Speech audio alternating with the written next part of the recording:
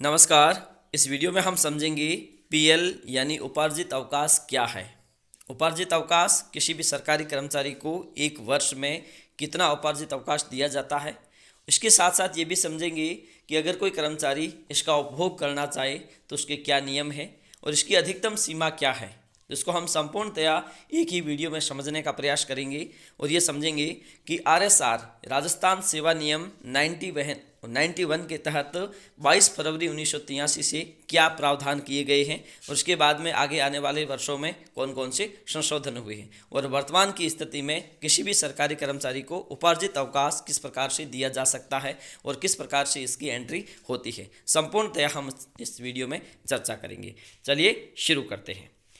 तो आरएसआर 91 के तहत 22 फरवरी 1983 से उपार्जित अवकाश का प्रावधान किया गया है। ऐसा कहा गया है कि प्रत्येक सरकारी कर्मचारी को जो किसी भी एक कैलेंडर वर्ष में, मतलब 1 जनवरी से जो शुरू होता है उस कैलेंडर वर्ष में उसे अधिकतम 30 उपार्जित अवकाश देय होंगे, जिसकी संख्या 30 है। एक कैलेंडर वर्ष में 30 उपार्जित अवकाश देय होंगे, जिसकी एंट्री है वो वर्ष में 2 बार की जाएगी, प्रत्येक छमाही में, यानी 1 जनवरी को अग्रिम रूप में और 1 जुलाई को अग्रिम रूप में। इस प्रकार से किसी भी सरकारी कर्मचारी को अधिकतम 30 उपार्जित अवकाश राज्य सरकार की ओर से देय होंगे।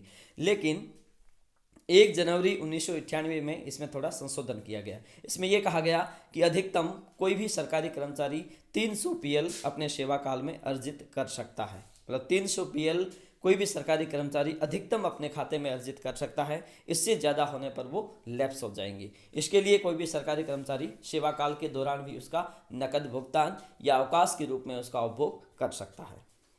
लेकिन शिक्षा विभाग की स्थिति इससे थोड़ी हटकर है, क्योंकि शिक्षा विभाग और न्यायिक क्षेत्र है, ये दोनों विश्रामकालीन सेवा के अंतर्गत रखे गए हैं। इसका मतलब है कि वर्ष में इन्हें ग्रीष्मकालीन, शीतकालीन और मध्यावधि अवकाश दिया जाता है। तो ऐसी स्थिति में उन सरकारी कर्मचारियों को उस अवकाश के बदले भी वेतन दिया जाता है। तो ऐसी स्थिति में उन्हें शिक्षा विभाग में 15 पीएल का प्रावधान रखा गया है। जिस प्रकार से अन्य कर्मचारियों को 30 पीएल देय होती है, उसी प्रकार से शिक्षा विभाग के शिक्षकगणों को 15 पीएल का प्रावधान दिया गया है। यानी शिक्षा विभाग में जो कार्यालयों में कार्यरत है उनके लिए नहीं है, लेकिन जो शिक्षा विभाग में इसमें विद्यालयों में जो शिक्षक पद पर हैं उनके लिए ये प्रावधान रखा गया है।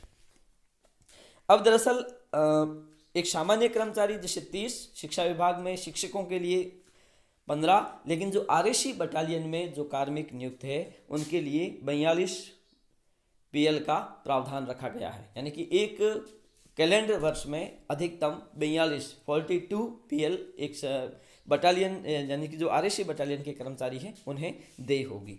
अगर कोई कर्मचारी 20 वर्ष में नियुक्त होता है, मान लीजिए किसी सरकारी कर्मचारी की नियुक्ति अप्रैल में हुई, तो अप्रैल में हुई तो इसका मतलब ये है कि 1 अप्रैल, क्योंकि 1 जनवरी से लेकर मार्च अंतिम तक देखें तो 3 महीने हो गई। तो ऐसी स्थिति में अगले जो 4 महीने होंगे उनकी जो गणना है वो प्रति माह 2.5 यानी कि 2.5 पीएल प्रति माह के हिसाब से उन्हें गणना की जाएगी। इसी प्रकार से जो आरएसी बटालियन होगी वहाँ पर उनकी प्रत्येक माह के हिसाब से 3.5 पीएल का प्रावधान रखा गया है।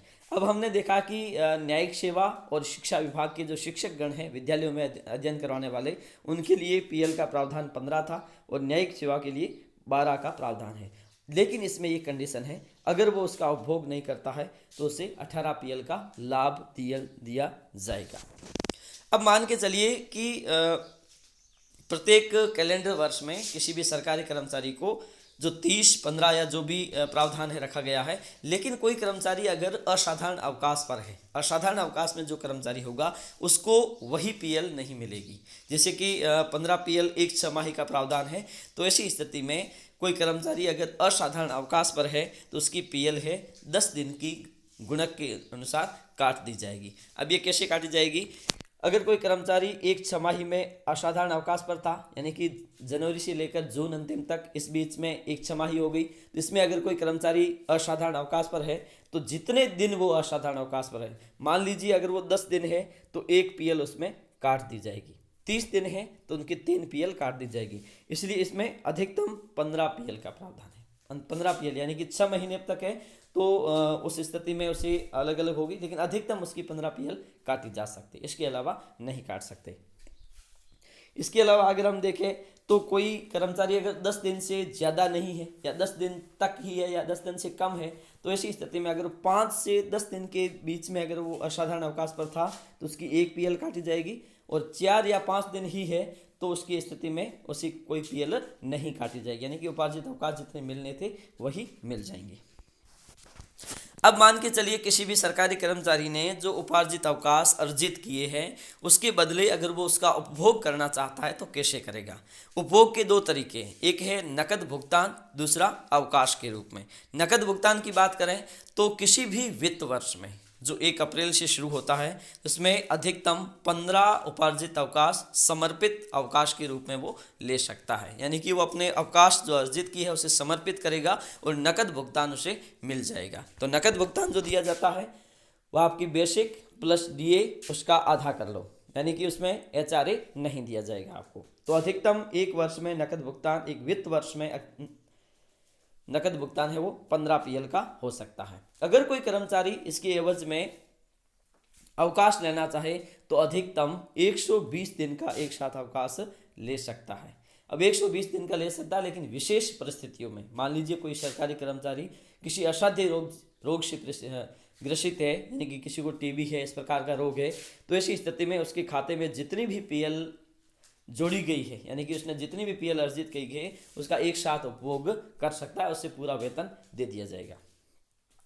अब मान के चलिए कोई सरकारी कर्मचारी सेवानिवृत्त हो रहा है, तो सेवानिवृत्ति की स्थिति में उसके समस्त पीएल का भुगतान कर दिया जाएगा, लेकिन एक शर्त है कि अगर कुछ कर्मचारी के सीसीए के तहत कोई कार्यवाही लंबित है तो ऐसी स्थिति में उसे पीएल का भुगतान नहीं किया जाएगा। जब तक उस प्रकरण का निस्तारण नहीं होगा तब तक उस पीएल का भुगतान नहीं किया जाएगा। अगर कोई कर्मचारी जिसकी सेवा काल के दौरान ही मृत्यु हो जाए तो ऐसी स्थिति में उसे मृत्यु की स्थिति में जिसके खाते में जो शेष पीएल है उसे परिवारजनों को उसका भुगतान नकद रूप में कर दिया जाएगा। इस प्रकार से हमने ये समझा कि पीएल क्या है और पीएल का भुगतान किस प्रकार से होता है। अगर वीडियो अच्छा लगा है तो उसके लाइक कर देना और लोगों के साथ शेयर कर देना। आज के लिए इतना ही, धन्यवाद।